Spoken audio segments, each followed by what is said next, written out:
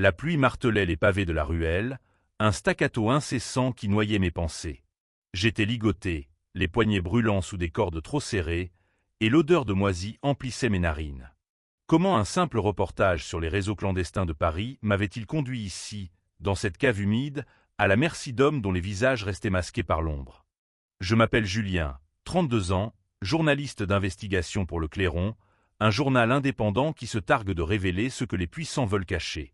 Ce soir-là, j'avais suivi une piste, des rumeurs sur un trafic d'œuvres d'art volées, orchestré depuis les sous-sols d'un quartier oublié du 18e arrondissement. Mon contact, un homme nerveux nommé Bastien, m'avait donné rendez-vous dans un café miteux près de la station Barbès-Rochoir. « Sois prudent, Julien », m'avait-il murmuré avant de disparaître dans la foule. J'aurais dû l'écouter. Mais l'adrénaline, cette vieille amie, m'avait poussé à ignorer les signaux d'alarme. À 22 heures, je m'étais glissé dans une ruelle derrière une librairie abandonnée, mon appareil photo en bandoulière, prêt à capturer la vérité. C'est là qu'il m'avait attrapé. Une main gantée sur ma bouche, un coup sec à la tempe, et le noir complet.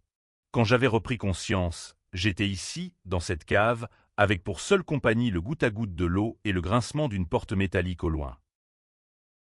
Les heures s'étiraient, interminables. J'essayais de garder l'esprit clair, de me raccrocher à des bribes de réalité. Le visage de ma sœur Clara, le café brûlant que je prenais chaque matin, la voix de mon rédacteur en chef me répétant de ne pas trop creuser. Puis, un bruit. Des pas lourds, un cliquetis de clés. La porte s'ouvrit, et une silhouette massive s'avança. « Tu poses trop de questions, journaliste », grogna une voix rauque. L'homme, un colosse aux yeux froids, portait un masque noir. Il s'approcha, un couteau luisant dans la main. Mon cœur s'emballa, mais je refusai de lui donner la satisfaction de ma peur. « Si vous me tuez, d'autres viendront, » dis-je, la voix tremblante mais ferme. Il ricana, mais avant qu'il ne puisse répondre, un cri résonna à l'étage. Des bruits de lutte, des meubles renversés. L'homme jura et se précipita hors de la pièce, me laissant seul. Mon souffle était court, mon esprit en ébullition. Était-ce une chance? Une diversion? Ou simplement un sursis avant la fin? C'est alors qu'il apparut. Une ombre élancée glissa dans l'embrasure de la porte, silencieuse comme un spectre. « Ne bouge pas », murmura-t-il. Sa voix était grave, presque hypnotique. Il s'agenouilla près de moi, un couteau à la main, mais pas pour menacer. En quelques gestes précis, il trancha mes liens. Mes poignets, enfin libres, hurlaient de douleur, mais je n'avais Dieu que pour lui. Grand, cheveux noirs en bataille, un manteau long qui semblait absorber la lumière. Ses yeux, d'un gris perçant, me fixaient avec une intensité qui me coupa le souffle. « Je m'appelle Éloi, » dit-il. « Suis-moi si tu veux vivre. » Je n'avais pas le temps de réfléchir. Mes jambes vacillantes me portèrent à sa suite, à travers un dédale de couloirs sombres et humides. Les bruits de lutte s'intensifiaient à l'étage, mais Éloi semblait connaître chaque recoin de ce lieu maudit. Nous débouchâmes enfin dans une cour arrière, sous une pluie battante. Une moto noire nous attendait, luisante sous les éclairs. « Monte !» ordonna-t-il. Je m'exécutai, m'agrippant à sa taille alors qu'il lançait la machine dans la nuit. Nous roulâmes à travers Paris, les rues floues sous la pluie, les néons des enseignes se reflétant sur l'asphalte mouillé. Mon cœur battait à tout rompre, non seulement à cause de l'adrénaline, mais aussi à cause de lui. Éloi. Son dos contre ma poitrine, sa chaleur malgré le froid, son calme presque surnaturel. Qui était-il? Pourquoi m'avait-il sauvé? Et pourquoi, alors que nous ralentissions près d'un pont sur la Seine, son murmure « Tu ne sais pas dans quoi tu t'es embarqué, Julien ?» me glaça-t-il le sang? Ce n'était que le début. Éloi m'emmena dans un petit appartement au dernier étage d'un immeuble décrépit dans le 11e arrondissement. Les murs étaient couverts de photos, de cartes, de notes griffonnées, une véritable toile d'araignée d'informations. « Tu enquêtais sur le trafic d'art, n'est-ce pas ?» demanda-t-il, allumant une cigarette. La fumée s'éleva en volute, dansant dans la lumière tamisée d'une lampe ancienne. Je hochai la tête, encore secouée. « Ce n'est pas juste de l'art, Julien. C'est une façade.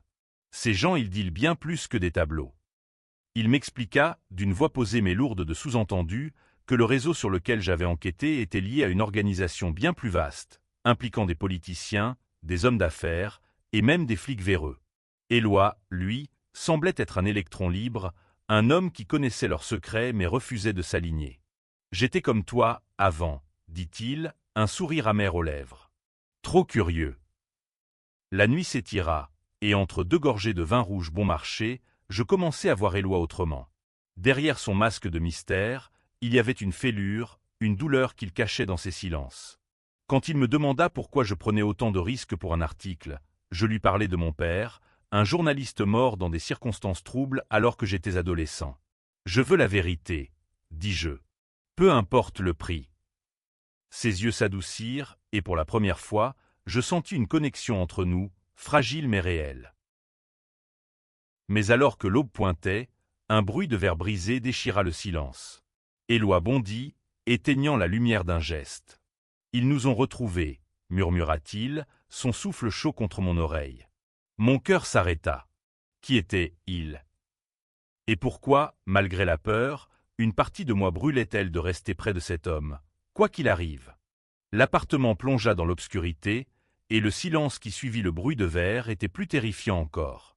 Éloi me tira vers le sol, ses doigts serrés autour de mon poignet. « Ne fais aucun bruit, » murmura-t-il, son souffle effleurant ma joue. Mon cœur cognait si fort que j'étais sûr qu'on pouvait l'entendre à des mètres. Dehors, des pas lourds résonnaient, accompagnés de voix étouffées. Ils étaient proches. Trop proches. Éloi me guida à tâtons vers une armoire encastrée dans le mur. Il ouvrit une porte dérobée, révélant un étroit passage qui sentait la poussière et le moisi. « Passe devant », ordonna-t-il. Je m'engouffrai dans le tunnel, l'adrénaline pulsant dans mes veines. Derrière nous, la porte de l'appartement céda dans un craquement sinistre. Des éclats de voix s'élevèrent, des ordres aboyés dans une langue que je ne compris pas. Éloi referma la porte secrète juste à temps, et nous nous enfonçâmes dans l'obscurité. Le passage déboucha sur un escalier de service rouillé, qui menait à une cour intérieure. La pluie avait cessé, laissant l'air chargé d'une humidité froide.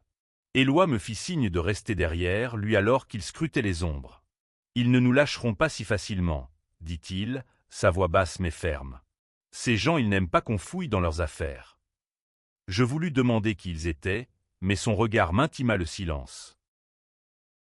Nous nous glissâmes dans une ruelle adjacente, longeant des murs couverts de graffitis. Paris, la ville des Lumières, semblait s'être transformée en un labyrinthe hostile. Éloi s'arrêta près d'une vieille camionnette garée sous un lampadaire cassé. En quelques secondes, il força la portière et me fit signe de monter. « Tu sais tautuirer une voiture » demandai-je, à moitié incrédule. Il esquissa un sourire en coin. « J'ai appris 2 ou 3 trucs. » Nous roulâmes vers le sud, laissant derrière nous les rues animées du 11e arrondissement. Éloi conduisait avec une précision presque mécanique, ses yeux balayant constamment les rétroviseurs. « Ils savent qui tu es, Julien, » dit-il enfin, brisant le silence. « Ton article sur le scandale immobilier l'année dernière, ça a attiré leur attention. » Je sentis mon estomac se nouer. Cet article, qui dénonçait des magouilles entre promoteurs et élus locaux, m'avait valu des menaces anonymes, mais je n'avais jamais imaginé qu'il me mènerait ici. « Et toi, Éloi » demandai-je, incapable de retenir ma curiosité. « Pourquoi es-tu impliqué » Il serra le volant, ses articulations blanchissant. « Disons que j'ai un compte à régler avec eux, » répondit-il, évasif. Mais dans son regard, je vis autre chose, une blessure ancienne, une colère contenue. Je voulus insister, mais il secoua la tête. « Pas maintenant. » Nous nous arrêtâmes dans une petite ville à 1 heure de Paris, un endroit nommé Fontainebleau, connu pour son château et ses forêts. Éloi gara la camionnette près d'une maison isolée, entourée d'arbres dénudés par l'automne. « C'est un refuge temporaire », expliqua-t-il en ouvrant la porte. L'intérieur était spartiate, un lit, une table, quelques provisions. Mais il y avait aussi une photo encadrée, presque incongrue dans cet environnement austère. Une femme d'une 30aine d'années, souriante, tenant la main d'un homme qui ressemblait étrangement à Éloi. « Ta sœur » demandai-je, curieux. Il se raidit, son visage se fermant. « Ma femme » répondit-il d'une voix éteinte. « Elle est morte il y a 3 ans. À cause de... » Le poids de ces mots me frappa comme une vague. Je voulus dire quelque chose, n'importe quoi, mais il se détourna, s'affairant à vérifier les fenêtres. La nuit fut longue, ponctuée de silences lourds et de questions sans réponse. Assis sur le lit, je repensais à tout ce qui m'avait conduit ici, mon ambition, ma quête de vérité, et maintenant, cet homme énigmatique qui semblait à la fois mon sauveur et un mystère insondable. Éloi s'assit près de moi, son regard perdu dans le vague. « Pourquoi fais-tu ça, Julien ?» demanda-t-il soudain. « Pourquoi risquer ta vie pour des histoires que personne ne veut vraiment entendre ?» Je réfléchis un instant. Parce que la vérité compte. Parce que quelqu'un doit parler pour ceux qui n'ont pas de voix. Il me regarda, et pour la première fois, je vis une lueur de respect dans ses yeux. Puis, sans un mot, il posa une main sur mon épaule. Ce contact, bref mais brûlant, fit naître en moi une sensation que je n'avais pas ressentie depuis longtemps. Était-ce de la gratitude, de l'admiration, ou quelque chose de plus profond que je n'osais nommer? Mais avant que je puisse m'attarder sur cette pensée, un craquement résonna dehors. Éloi bondit, arme à la main, un pistolet que je n'avais pas remarqué jusqu'alors. « Reste ici, » ordonna-t-il. Mais je n'étais pas du genre à obéir aveuglément. Je le suivis, le cœur battant, prêt à affronter ce qui nous attendait dans l'ombre. L'air était glacé dans la forêt de Fontainebleau, et chaque craquement de brindille sous nos pas résonnait comme un avertissement. Éloi avançait devant, son pistolet pointé vers l'obscurité, son corps tendu comme un arc. Je suivais, malgré son ordre de rester en arrière, mon instinct de journaliste prenant le dessus. « Julien, bon sang, retourne à l'intérieur » siffla-t-il, mais je secouai la tête. Si nous devions affronter un danger, je ne le laisserais pas seul. Un faisceau de lumière perça soudain les ténèbres, une lampe torche, braquée sur nous. « Lâchez votre arme » cria une voix grave. Éloi ne bougea pas, ses yeux plissés face à la lumière. Puis, à ma surprise, il abaissa son pistolet et le laissa tomber au sol. « C'est toi, Marcel » demanda-t-il, sa voix étrangement calme.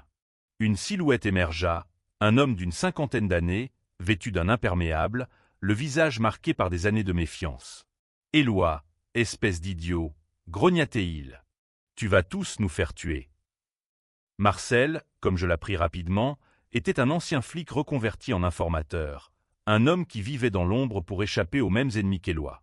Il nous ramena à la maison, où il alluma un feu dans la cheminée. « Ils vous ont pisté jusqu'à Paris » expliqua-t-il, jetant un regard sévère à Éloi. « Ton petit sauvetage héroïque a mis tout le monde en danger. » Éloi serra les dents, mais ne répondit pas. Je sentais la tension entre eux, une histoire non dite qui pesait dans l'air.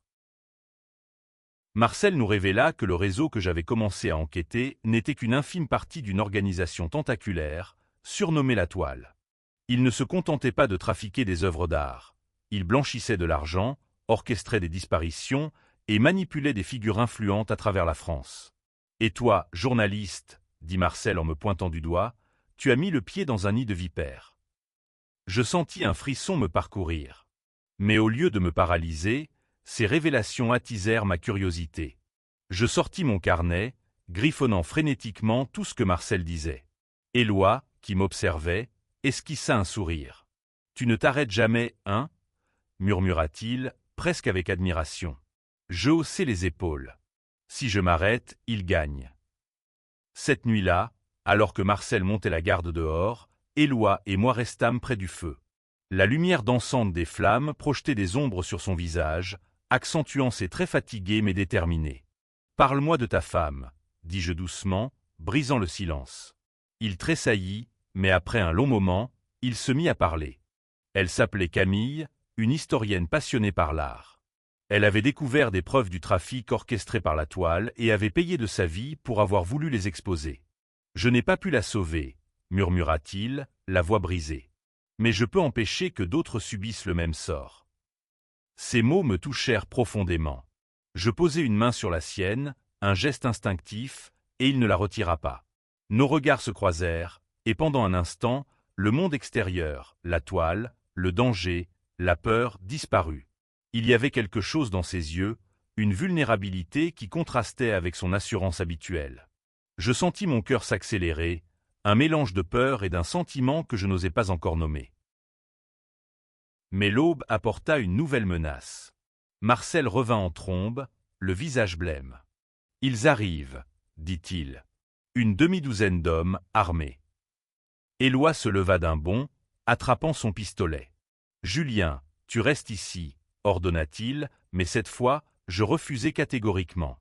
Je viens avec vous. » Il voulut protester, mais quelque chose dans mon regard le fit taire. « D'accord, dit-il enfin, mais reste près de moi. » Nous nous enfonçâmes dans la forêt, Marcel en tête, Éloi et moi sur ses talons.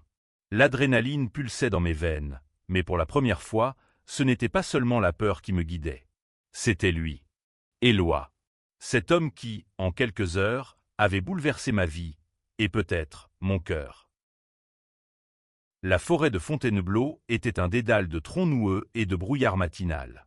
Chaque pas semblait amplifier le danger, chaque ombre pouvait cacher un ennemi.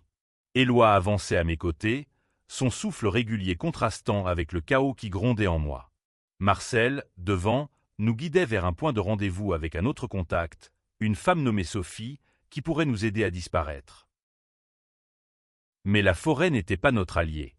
Un craquement retentit, suivi d'un cri étouffé.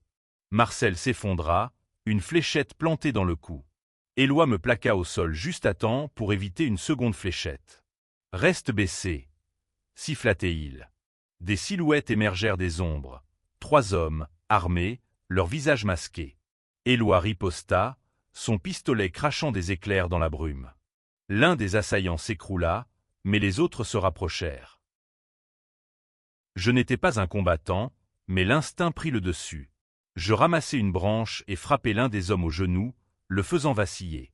Éloi profita de l'ouverture pour l'assommer. « Bien joué !» murmura-t-il, un éclair d'admiration dans les yeux.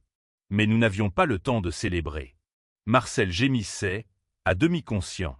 Éloi le hissa sur son épaule, et nous courûmes, trébuchant sur les racines, jusqu'à atteindre une clairière. Sophie nous attendait, une femme d'une quarantaine d'années, cheveux roux coupés courts, regard acéré. Elle ne posa pas de questions, se contentant d'examiner Marcel. « Tranquillisant, » dit-elle. « Il sera groggy, mais il survivra. » Elle nous fit monter dans un 4x4 caché sous des branchages et démarra en trombe. « Vous avez énervé les mauvaises personnes, » dit-elle, jetant un coup d'œil à Éloi dans le rétroviseur. « Surtout toi, Éloi. » Le trajet fut tendu, ponctué par les grognements de Marcel qui reprenait lentement conscience. Sophie nous emmena dans un entrepôt abandonné à Melun, à une trentaine de kilomètres. Là, elle nous expliqua qu'elle faisait partie d'un petit groupe de résistants, des gens qui, comme Éloi, avaient été brisés par la toile et cherchaient à la démanteler. « Mais vous, » dit-elle en me regardant, « vous êtes un problème. Un journaliste trop curieux, c'est une bombe à retardement. » Éloi me défendit immédiatement. « Il est avec moi, » dit-il, sa voix ferme. Sophie haussa un sourcil, mais n'insista pas. Je sentis une chaleur monter en moi à ces mots, une sensation que je n'arrivais pas à définir. Était-ce simplement la gratitude pour sa protection, ou quelque chose de plus? Chaque regard, chaque contact furtif entre nous semblait chargé d'une électricité nouvelle.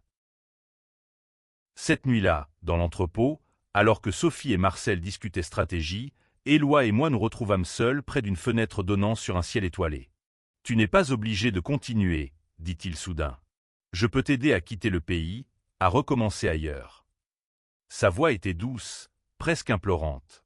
Je secouai la tête. « Je ne fuis pas, Éloi. Pas maintenant. Pas après tout ça. » Il me regarda longuement, et pour la première fois, je vis une lueur d'espoir dans ses yeux.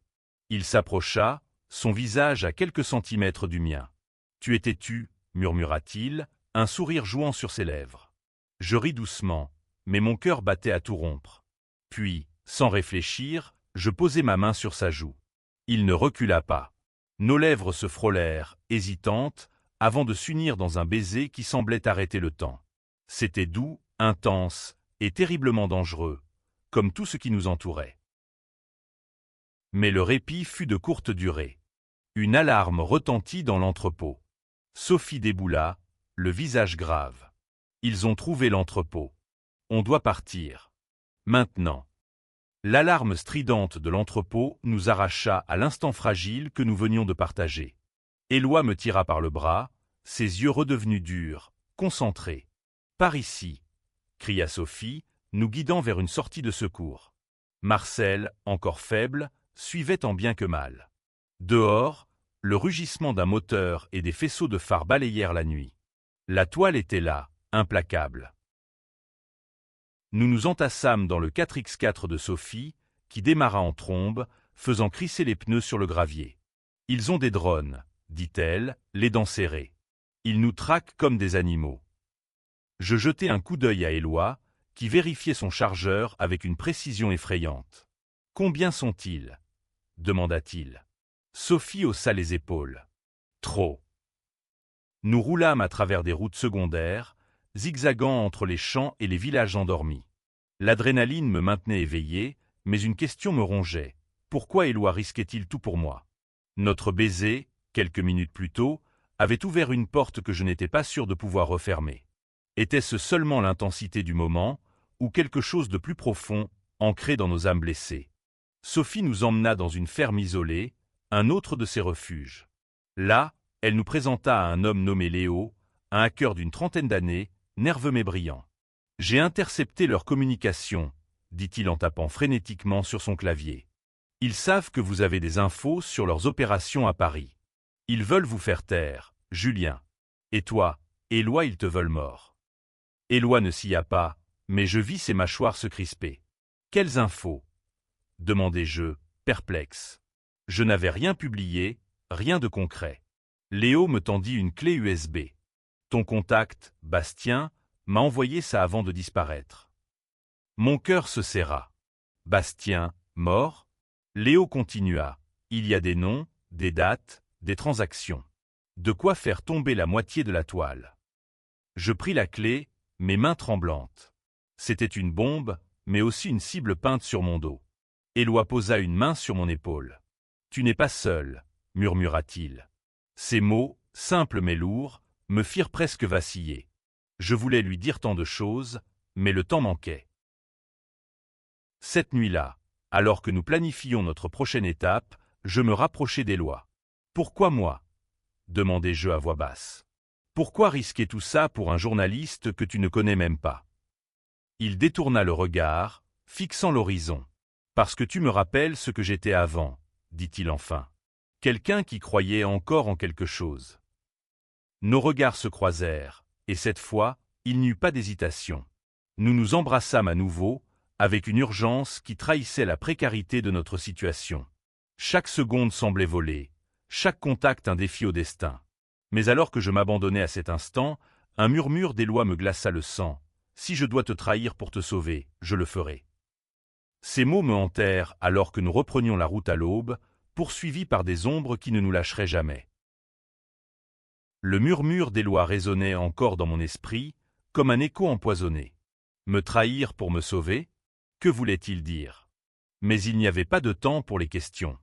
Nous étions en fuite, traqués par la toile, et chaque minute nous rapprochait soit de la liberté, soit de la fin.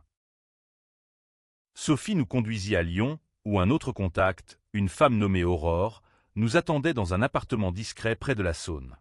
Aurore, une ancienne avocate d'une cinquantaine d'années, avait abandonné sa carrière pour lutter contre la toile après que son frère, un juge, avait été assassiné pour avoir refusé un pot de vin. Elle examina la clé USB avec Léo, son regard s'assombrissant à mesure qu'elle découvrait les données. « C'est plus gros que ce qu'on pensait, » murmura-t-elle. « Des ministres, des banquiers, ils sont tous impliqués. » Pendant que Léo et Aurore planifiaient une stratégie pour diffuser les informations, je m'isolais avec Éloi sur le balcon. La ville scintillait sous nos pieds, indifférente à notre combat. « Explique-moi, » dis-je, incapable de contenir ma frustration. « Qu'est-ce que tu voulais dire par te trahir ?» Il soupira, passant une main dans ses cheveux. « Julien, il y a des choses que tu ne comprends pas encore. La toile, ils ont des yeux partout. Parfois, pour protéger quelqu'un, il faut faire des choix impossibles. » Ces mots, au lieu de me rassurer, creusèrent un vide en moi. Je voulais lui faire confiance, mais une partie de moi, celle qui avait appris à se méfier en tant que journaliste, hurlait de rester sur mes gardes. Pourtant, quand il me prit dans ses bras, Je ne résistais pas. Son étreinte était à la fois un refuge et une tempête, un mélange de sécurité et de danger qui me consumait. Le lendemain, Aurore reçut un message crypté, un rendez-vous à Marseille, avec un homme qui prétendait pouvoir nous mettre en contact avec des autorités encore intègres. Mais Éloi était sceptique. « Ça sent le piège », dit-il, ses yeux scrutant l'horizon. Sophie, elle, était prête à prendre le risque. « On n'a pas le choix », rétorqua-t-elle. « Si on ne bouge pas, ils nous trouveront. » Le voyage vers Marseille fut tendu. Dans le train, Éloi resta silencieux, son regard perdu par la fenêtre. Je sentais qu'il me cachait quelque chose, mais je n'osais pas insister. Pas encore. À notre arrivée, nous fûmes accueillis par un homme nommé Vincent, un fonctionnaire d'une quarantaine d'années, au regard fatigué mais sincère. Il nous emmena dans un bureau discret près du Vieux-Port, où il examina les données de la clé USB. « C'est explosif, » dit-il. « Mais il nous faut plus de temps pour organiser une opération. » Cette nuit-là, dans une planque près de la mer, Éloi et moi partagions une chambre exiguë. La tension entre nous était palpable, un mélange de désir et de méfiance. « Julien, » murmura-t-il, sa voix tremblante, « si quelque chose m'arrive, promets-moi de continuer. » Je hochai la tête, incapable de parler. Puis, il m'embrassa, et ce fut comme si le monde entier s'effaçait. Mais à l'aube, tout bascula. Des hommes armés enfoncèrent la porte. Éloi me poussa derrière lui, prêt à se battre. Mais avant que le chaos n'éclate, Vincent apparut, un sourire froid aux lèvres. « Tu aurais dû rester à l'écart, Éloi, » dit-il. « La trahison nous frappa comme un coup de poignard. » Le sourire de Vincent était un masque de glace, et ses mots résonnaient comme une sentence. « Tu aurais dû rester à l'écart, Éloi. » Avant que nous puissions réagir, les hommes armés nous encerclèrent, leurs armes braquées sur nous. Éloi me poussa derrière lui, son corps tendu comme un bouclier. « Vincent, espèce de salaud, » grogna-t-il. « Tu travailles pour eux. » Vincent haussa les épaules, un rictus moqueur aux lèvres. « Tout le monde a un prix, Éloi. Toi, plus que quiconque, tu devrais le savoir. » Ces mots semblaient porter un poids particulier, et je vis Éloi tressaillir. Que cachait-il encore? Mais il n'y avait pas de temps pour les questions. Sophie et Léo, ligotés dans un coin, nous lançaient des regards désespérés. Les hommes nous firent monter dans un van, les yeux bandés. Le trajet fut un cauchemar silencieux, ponctué par les secousses du véhicule et les battements frénétiques de mon cœur. Éloi, à côté de moi, restait immobile, mais je sentais sa tension. « Je suis désolé, Julien, » murmura-t-il, si bas que je faillis ne pas l'entendre. Ces mots ravivèrent ma peur. Était-ce cela, sa trahison annoncée? Nous fûmes conduits dans un entrepôt désaffecté, quelque part près des docks de Marseille. Quand on nous retira les bandeaux, je découvris un homme en costume, la cinquantaine, au regard perçant. Il se présenta comme « Monsieur Garnier », un nom qui sonnait comme une menace. « Monsieur Fournier », dit-il en me regardant, « votre curiosité est admirable, mais mal placée. Quant à toi, Éloi, tu nous as causé bien des ennuis. » Garnier expliqua que la toile ne tolérerait plus nos interférences. Il voulait la clé USB, et il voulait Éloi mort. Mais ce qui me glaça le plus fut la proposition qu'il fit à Éloi. « Livre-nous le journaliste, et tu pourras partir. » Mon cœur s'arrêta. Éloi me jeta un regard, et pendant un instant, je crus voir une hésitation dans ses yeux. Mais il se redressa, défiant Garnier du regard. « Jamais, » dit-il, sa voix tremblante de rage. Puis, dans un mouvement fulgurant, il se jeta sur l'un des gardes, lui arrachant son arme. Le chaos éclata. Des coups de feu retentirent, et je me jetai au sol, cherchant désespérément Sophie et Léo. Éloi combattait comme un lion, mais il était seul contre 5. C'est alors que Sophie, libérée je ne sais comment, surgit avec un couteau et trancha les liens de Léo. Ensemble, nous nous lançâmes dans la mêlée, plus par désespoir que par stratégie. Éloi abattit 2 gardes, mais un troisième le frappa à la tempe, le faisant vaciller. « Julien, cours !» cria-t-il, mais je refusai de l'abandonner. Nous parvînmes à nous échapper, ensanglantés mais vivants, grâce à l'intervention inattendue d'Aurore, qui avait suivi notre trace. Elle nous fit monter dans une voiture et nous conduisit vers un bateau amarré à l'écart. Vous devez quitter la France, dit-elle. Maintenant. Sur le bateau, alors que Marseille s'éloignait, Éloi s'effondra, épuisé. Je m'agenouillai près de lui, nettoyant une blessure à son front. « Pourquoi ne m'as-tu pas livré ?» demandai-je, la voix tremblante. Il me regarda, ses yeux brillants d'une émotion indéchiffrable. « Parce que je t'aime, » murmura-t-il. Ces mots me frappèrent comme une vague, balayant mes doutes, mes peurs. Mais alors que je me penchais pour l'embrasser, un bruit de moteur au loin nous alerta. La toile n'avait pas fini avec nous. Le bateau filait sur les vagues, l'écume scintillant sous la lune. Les mots d'Éloi, « parce que je t'aime », résonnaient encore dans mon esprit, mais le grondement d'un moteur derrière nous me ramena à la réalité. La toile nous poursuivait, implacable. Aurore, au gouvernail, jura entre ses dents. « Accrochez-vous » cria-t-elle, poussant le moteur à fond. Éloi, malgré ses blessures, se redressa, scrutant l'horizon. « Ils ne nous lâcheront pas, » dit-il, sa voix empreinte d'une résignation amère. Je pris sa main, refusant de laisser la peur nous séparer. « Alors on se battra, » répondis-je. Il me regarda, un sourire fugace traversant son visage meurtri. « T'es-tu jusqu'au bout » murmura-t-il. Le bateau ennemi se rapprochait, ses phares perçant la nuit. Sophie et Léo préparaient des armes improvisées, des fusées de détresse, un vieux pistolet trouvé à bord. Aurore tenta une manœuvre désespérée, virant brusquement pour semer nos poursuivants, mais une balle siffla, frôlant son épaule. Elle vacilla, mais tint bon. « Julien, prends la barre » ordonna-t-elle. Je m'exécutai, mes mains tremblantes sur le gouvernail, guidé par ses instructions criées dans le chaos. Éloi et Sophie ripostèrent, leurs tirs résonnant dans la nuit. L'un des poursuivants fut touché, et leur bateau ralentit. Mais un second apparut, plus rapide, plus menaçant. « Ils veulent la clé !» cria Léo, serrant la précieuse USB contre lui. Je compris alors que notre survie dépendait de cette petite pièce de plastique et de notre capacité à la protéger. Dans un acte de désespoir, Éloi grimpa sur le pont, une fusée de détresse à la main. « Julien, quoi qu'il arrive, ne t'arrête pas !» cria-t-il. Avant que je puisse protester, il lança la fusée sur le bateau ennemi, provoquant une explosion qui illumina la nuit. Le bateau vacilla, mais ne coula pas. Éloi, déséquilibré, tomba à l'eau. « Éloi » hurlai-je, prêt à arrêter le bateau. Mais Aurore me retint. « Il savait ce qu'il faisait, » dit-elle, la voix brisée. « Continue, Julien. » Pour lui. Les larmes brouillaient ma vue, mais je maintins le cap, le cœur déchiré. Éloi, l'homme qui m'avait sauvé, qui m'avait aimé, était-il vraiment perdu? Nous atteignîmes une crique isolée, près de la frontière italienne. Aurore, blessée mais déterminée, contacta ses alliés. Quelques heures plus tard, un hélicoptère arriva, piloté par un homme qui se présenta comme un agent d'Interpol non corrompu. Il prit la clé USB et promit de faire tomber la toile. « Vous avez fait ce que peu auraient osé, » dit-il. Mais ces mots sonnaient creux.